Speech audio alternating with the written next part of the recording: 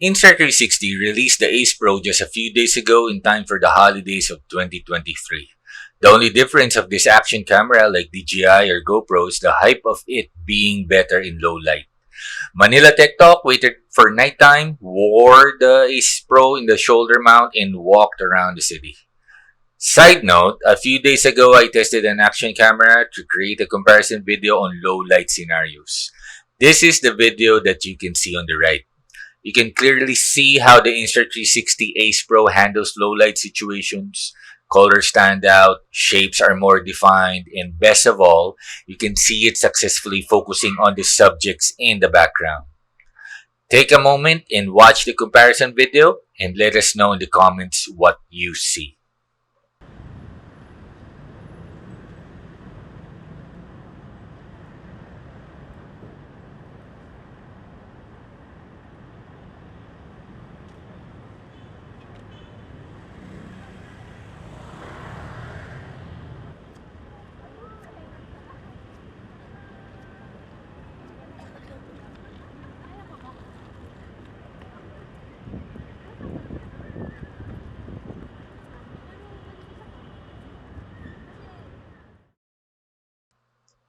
Siyempre, need natin bigyan highlight si Insta360 Ace Pro.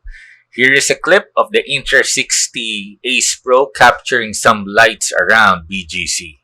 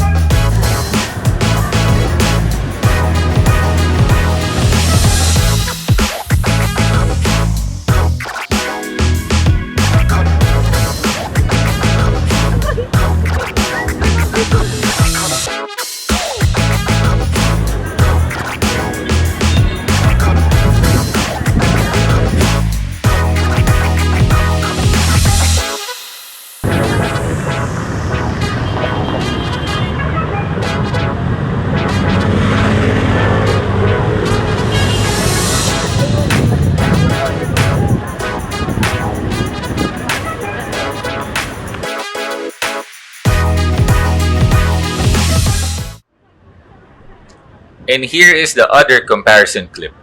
The large screen display and other text that you can see, such as the Shake Shack sign, are readable compared to the other action camera. The lights are defined and is not flat. Again, the Ace Pro is able to focus on the subjects and background. Hindi blurry mga idol.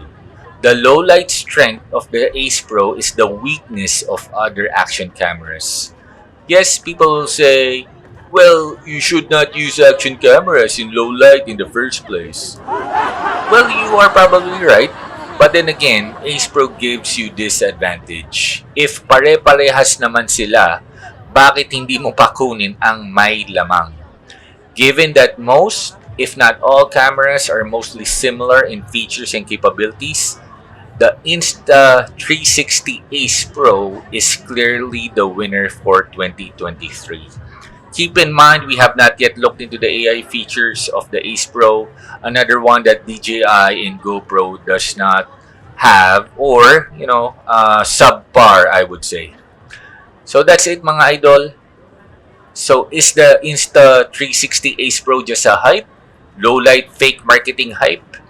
Definitely not. And to add, no color grading was done for the videos, no edits whatsoever. All are just the default settings. So thank you everyone. Hope nakatulong sa inyo mga idol. If you like this video, please like and subscribe and see you in the next one.